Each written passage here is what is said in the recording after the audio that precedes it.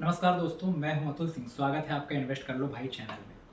दोस्तों, सोचिए आप एक ऐसी दुनिया में रह रहे हैं जहां हर देश मेक इन माई कंट्री का नारा लगा रहा है। हर सरकार कह रही है हमारी फैक्ट्री, हमारा जॉब, हमारा प्रॉफिट। और इसी नेशनलिज्म के बीच हुआ है 2025 का सबसे बड़ा ग्लोबल धमाका, डोनाल्ड ट्रंप का टैरिफ सुनामी। जनवरी से सितंबर 2025 तक अमेरिका ने एक के बाद एक इंपोर्ट ड्यूटीज बढ़ा दी। पहले चाइना, फिर मैक्सिको, फिर कनाडा और आखिर में इंडिया। और फिर आया वो झटका, 25% का टैरिफ इंडिया के एक्सपोर्ट्स पर। और फिर अगस्त में दूसरा 25%, यानी कुल 50% क्यूमुलेटिव टैरिफ। अब ये कोई छोटा मोटा इशू नहीं था। इससे भारत के दो बड़े सेक्टर आईटी और फार्मा को हिलाकर रख दिया। आज हम इसी कहानी को खोलेंगे कि कैसे एक नीति ने ग्लोबल ट्रेड, रुपी, जॉब्स और मार्केट सबको हिलाकर रख दिया। 2024 के चुनाव में ट्रंप ने फिर से व्हाइट हाउस हासिल किया और अपने पहले टर्म की तरह उन्होंने फिर वही पुराना एजेंडा उठाया। America first, stop outsourcing, tax imports heavily. जनवरी 2025 में पहले 25% टैरिफ लगाया मैक्सिको और कनाडा पर। फिर मार्च में 25% global tariff on steel and auto parts पर। और अप्रैल तक ये फायर पूरे एशिया तक पहुंच गया। इंडिया, चाइना, वियतनाम, थाईलैंड सब इसकी चपेट में आ गए। 25 जून को ट्रंप ने कहा India has become too dependent on US markets, we need fairness. और 2 महीने बाद 28 अगस्त को इंडिया के लिए एक्स्ट्रा 25% टैरिफ लागू कर दिया गया। अब टोटल टैरिफ हो गया 50%। मतलब अगर कोई इंडियन कंपनी पहले $100 की मेडिसिन एक्सपोर्ट कर रही थी, अब उसे $150 में बेचनी पड़ेगी या अपना मार्जिन छोड़ना पड़ेगा। इसका इंडिया पर क्या इम्पैक्ट हुआ? इंडिया के एक्सपोर्ट ओरिएंटेड सेक्टर्स ने ताबड़तोड़ झटका झेला। सबसे पहले गिरा निफ्टी आईटी और निफ्टी फार्मा इंडेक्स। सितंबर के अंत तक निफ्टी फार्मा गिरा करीब 8.3% और निफ्टी आईटी गिरा 22% year to date. Stock market में पैनिक फैल गया, एफआईआई सेलिंग बढ़ी, रुपी गिरा और इन्वेस्टर्स को डर का माहौल बन गया। रुपी मई 2025 में अब तक 5% गिर चुका है, चार्ट में साफ दिख रहा है। इंडिया और ब्राज़ील पर 50% रेसिप्रोकल टैरिफ है। ब्राज़ील और इंडिया सबसे ज़्यादा प्रभावित हुए। बाकी देशों की देखें तो Switzerland 39%, Canada 35%, south Africa 30%, China 30%, Vietnam 20%, Thailand, Philippines, Indonesia 19%। यानी ट्रंप एडमिनिस्ट्रेशन का गुस्सा सबसे ज़्यादा इंडिया और ब्राज़ील पर था। टेक्सटाइल सेक्टर जो था ये बना पहला शिकार। टेक्सटाइल एक्सपोर्ट इंडिया का बैकबोन है। तमिलनाडु के थिरुपुर से लेकर गुजरात के सूरत तक करोड़ों लोग इस इंडस्ट्री पर डिपेंड हैं। लेकिन textile export mostly US market oriented है। और जब यूएस ने 50% टैरिफ लगाया तो Indian garments, home textile, handicraft सबकी कम्पिटिटिवनेस गिर गई। Switching suppliers is easy for US buyers. India's resilience will be tested. यह सिर्फ प्राइस वार नहीं, लिवलीहुड का भी सवाल है। स्ट्रॉन्ग डोमेस्टिक डिमांड और गवर्नमेंट सपोर्ट से मीडियम टर्म में रिकवरी पॉसिबल है। अब बात करते हैं फार्मा सेक्टर की। स्ट्रैटेजिक बट वल्नरेबल, इंडिया की प्राइड और एक्सपोर्ट का स्टार सेक्टर, लेकिन यही सेक्टर अब सबसे बड़ी मुश्किल में है। यूएस ने ब्रांडेड और पेटेंटेड ड्रग्स पर 100% इम्पोर्ट ड्यूटी लगा दी है। यानी जो branded medicine Indian pharma companies US में बेचती है, अब उसकी कॉस्ट डबल हो जाएगी।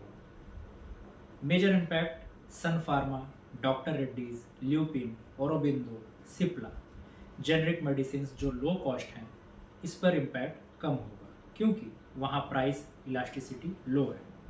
फिर भी एक्सपोर्ट मार्जिन पर 8 से 10% का प्रेशर पड़ेगा। FY 25-26 में फार्मा सेक्टर से 9 से $11 बिलियन तक का नुकसान होने का अनुमान है।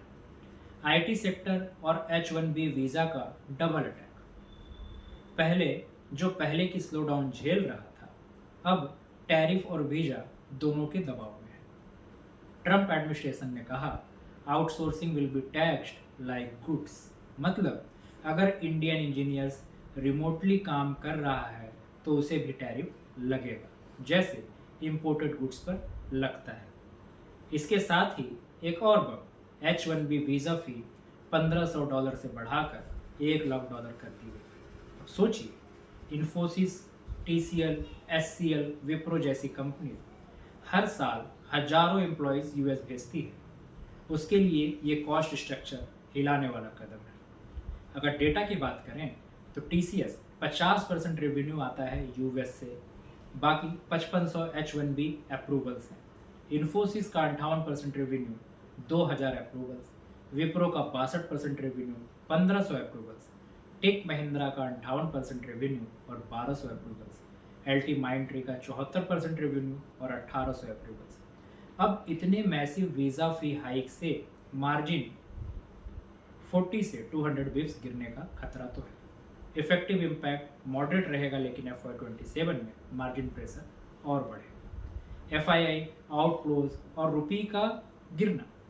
FII यानी फॉरेन इंस्टीट्यूशनल इन्वेस्टर्स, जिन्होंने 41% इन्वेस्टमेंट यूएस से आता है। जब टैरिफ्स बढ़े और अनसर्टिनिटी बढ़ी तो FIIs ने इंडियन मार्केट से पैसा निकालना शुरू कर दिया। नतीजा, सेंसेक्स और निफ्टी दोनों 1% तक गिरे। एक्सपोर्ट सेक्टर फार्मा IT 2 से 8% नीचे। रुपी मई से अब तक 5% गिरा। चार्ट साफ दिखाता है, रुपी ने 83 से 87 के बीच फ्री फॉल किया। अगर FII आउटफ्लो जारी रहे तो निफ्टी 500 कंपनीज की प्रॉफिटेबिलिटी 1.6% तक गिर सकती है। अब बात करते हैं मैक्रो इम्पैक्ट, यानी GDP, consumption, physical response. 50% cumulative tariff से इंडिया के GDP में 0.5% तक की गिरावट हो सकती है, ऐसा अनुमान है। लेकिन सरकार ने काउंटर मेजर्स भी लिए हैं। GST 2.0 रेशनलाइजेशन होगा। GST में करीब 1.2 से 1.5 लाख करोड़ की कटौती, कंजम्पशन बूस्ट 1.8 से 3.5 ट्रिलियन तक का संभव। साथ ही फिजिकल कसम, सरकार डोमेस्टिक डिमांड को पुश करने के लिए इंफ्रास्ट्रक्चर स्पेंडिंग बढ़ा रही है। पॉलिसी फोकस है एक्सपोर्ट लॉसेस को डोमेस्टिक डिमांड से एब्जॉर्ब करना। ग्लोबल कंपैरिजन की बात करें तो इंडिया और ब्राज़ील 50% टैरिफ से सबसे ज़्यादा प्रभावित हुए, लेकिन चाइना और वियतनाम कंपैरेटिवली सेफ है, क्योंकि इन्होंने अल्टरनेटिव ट्रेड डील्स बना लिए। वियतनाम, थाईलैंड, मैक्सिको अब यूएस बायर्स के लिए न्यू सोर्सिंग हब्स बन रहे हैं, यानी इंडिया को अब नई सप्लाई चेन्स में जगह बनानी होगी। फार्मा और IT को यूएस डिपेंडेंस कम करनी जरूरी है। यूरोप, अफ्रीका और मिडिल ईस्ट में डाइवर्सिफाई करना है। वे फॉरवर्ड अगर देखें तो इंडिया का अगला क्या कदम होना चाहिए? आगे क्या? Short term pain but long term gain possible है। This is a blessing in disguise for us. Domestic reforms जैसे GST 2.0, infrastructure boost and rupee stability धीरे धीरे शॉक एब्जॉर्ब करेंगे। इंडिया का कंजम्पशन बेस इतना बड़ा है कि एक्सपोर्ट लॉस को कुछ हद तक कवर कर सकता है। IT और फार्मा को सेल्फ रिलायंट और ग्लोबली डाइवर्सिफाइड स्ट्रैटेजी अपनानी पड़ेगी। Indian market survived because of strong domestic fundamental, और यही असली कहानी है दोस्तों। ट्रेड वार के बीच इंडिया का सबसे बड़ा स्ट्रेंथ है 1.4 billion consumers and unstoppable domestic demand. दोस्तों, अमेरिका ने टैरिफ से इंडिया को झटका तो जरूर दिया, लेकिन ये कहानी सिर्फ नुकसान की नहीं है, ये कहानी है इंडियन रिजिलियंस की।